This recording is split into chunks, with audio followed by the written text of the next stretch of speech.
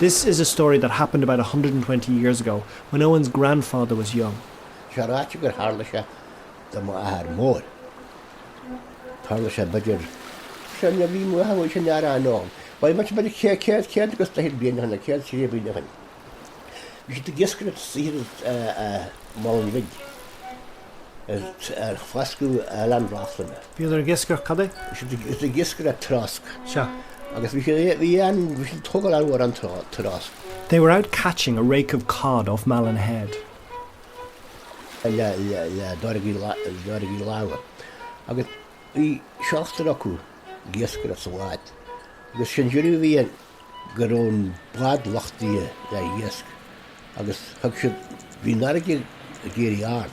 There were 7 of them in a boat, laden down with cod, when the sea suddenly turned nasty and they turned back towards Malin Head. Na dhéar bháil í bhig. Agus dúirt an tamí, sinna bhar a bhí scípra a bháid. Dúirt sé go mardaí go daníos go chathmá a bháid.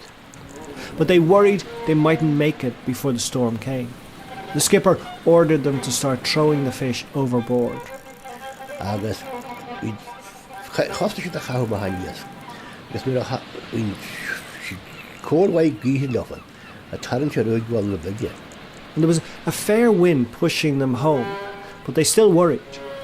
Ach, fear a bhí uasige teolmhad an tosaí, daug sé má hernáid a bhraldí.